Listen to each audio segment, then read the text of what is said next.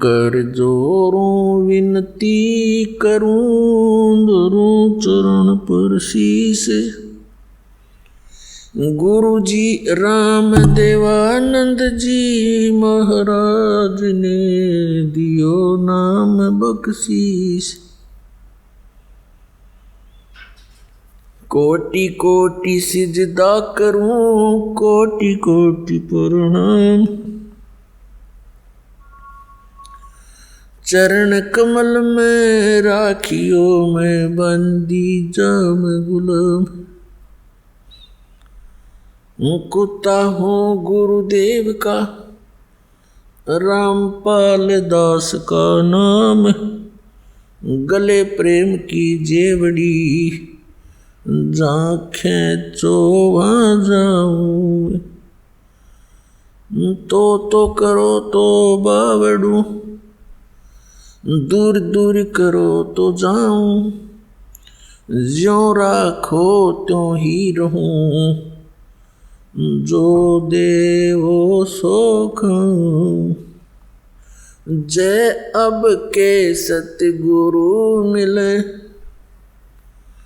सब दुख आँखों रोय। चरणों ऊपर शीस धरूं कहूँ जो कहनी हो। कबीर गुरु जी मिलेंगे पूछेंगे कुशलाहत। आदि अंत की सब कहूँ अपने दिल की बात। गुरु जी तुम ना भूलियो चाहे लाख लोग मिल जाएं। हमसे तुमको बहुत है तुम जैसे हमको नहीं। तुम्हारे विसारे क्या बने मैं किसकी शरण में जाऊं। शिव बिरंच मुनि नारदा तिनके हृदय न समाऊं।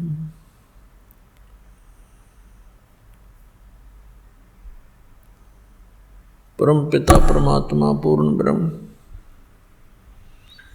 सर्व सृष्टि रचनहार कबीर परमेश्वर जी की असीम रजा से असीम कृपा से पुण्यात्माओं आप ये सत्संग सुन रहे हो। इस संसार के अंदर यदि कोई वस्तु असंभव है सुदुर्लभ है केवल सत्संग है। पुण्यात्माएं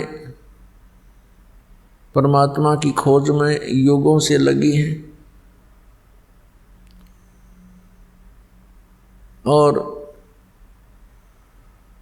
जैसा भी उनको किसी संत ऋषि या ग्रंथ ने मार्गदर्शन किया उसके अनुसार वे अपनी समर्पित भावना से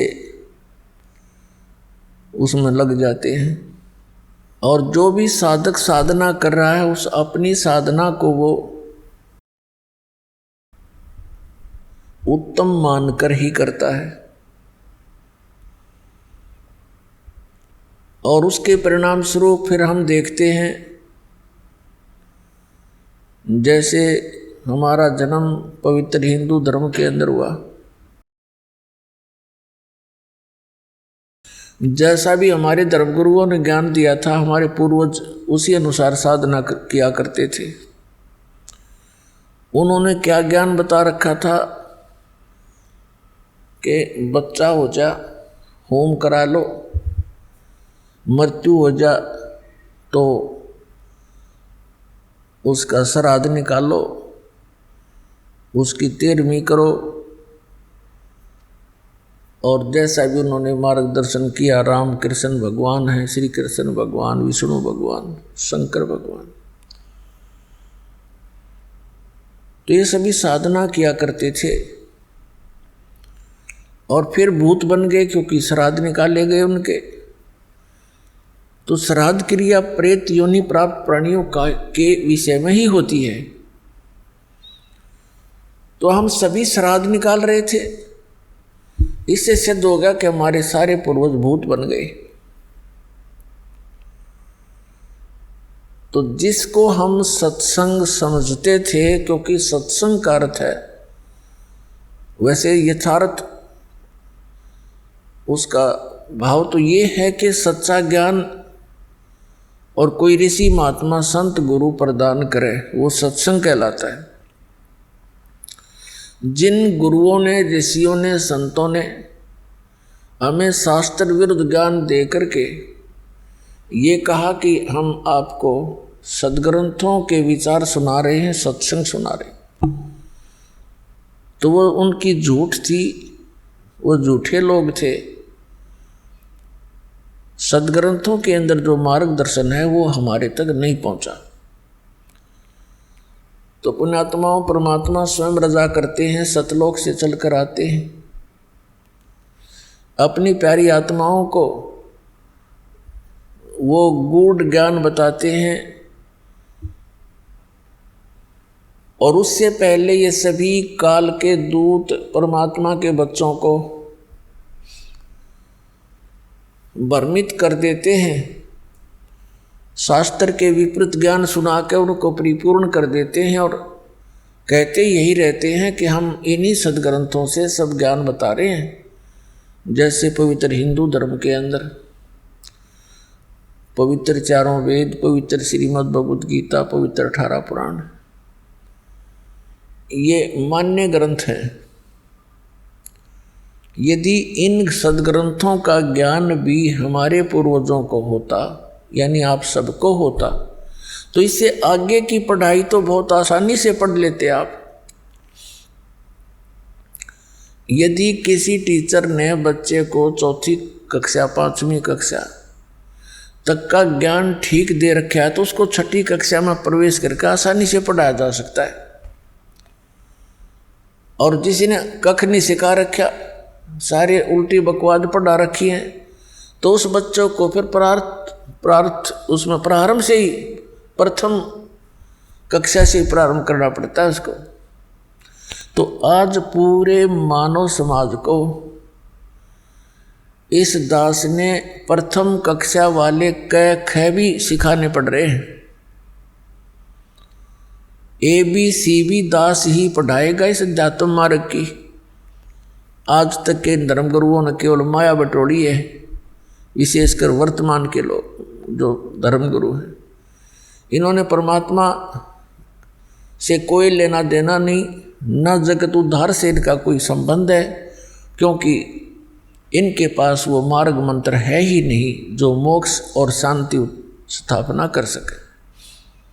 इनके पास वो ज्ञान नहीं है पूरे विश्व में।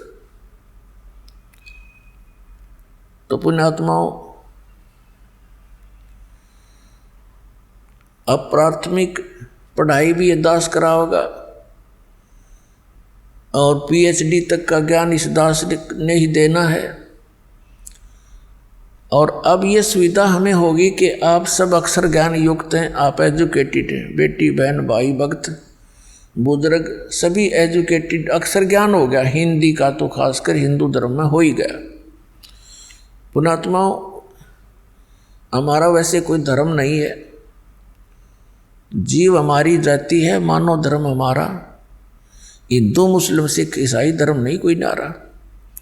लेकिन हम जिस क्षेत्र में रह रहे हैं, यहाँ जो ज्ञान देना पड़ता है तो वो संबोधन करना पड़ता है, क्योंकि अधिकता उसी धर्म के, उसी वर्ण के लोगों का, उसी संप्रदाय के लोगों का बहुमत होता है।